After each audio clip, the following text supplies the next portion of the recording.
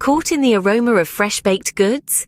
Welcome to the magical world of butter braids, a delightful pastry, a joy to your taste buds, and surprisingly a breeze to make. Start with a simple dough, flour, yeast, water, sugar, and a pinch of salt. Knead until smooth, then let it rest. Now comes the butter, generous slabs folded into the dough, followed by a relaxing chill in the fridge. Next, roll out the dough, fold, roll, fold, and repeat.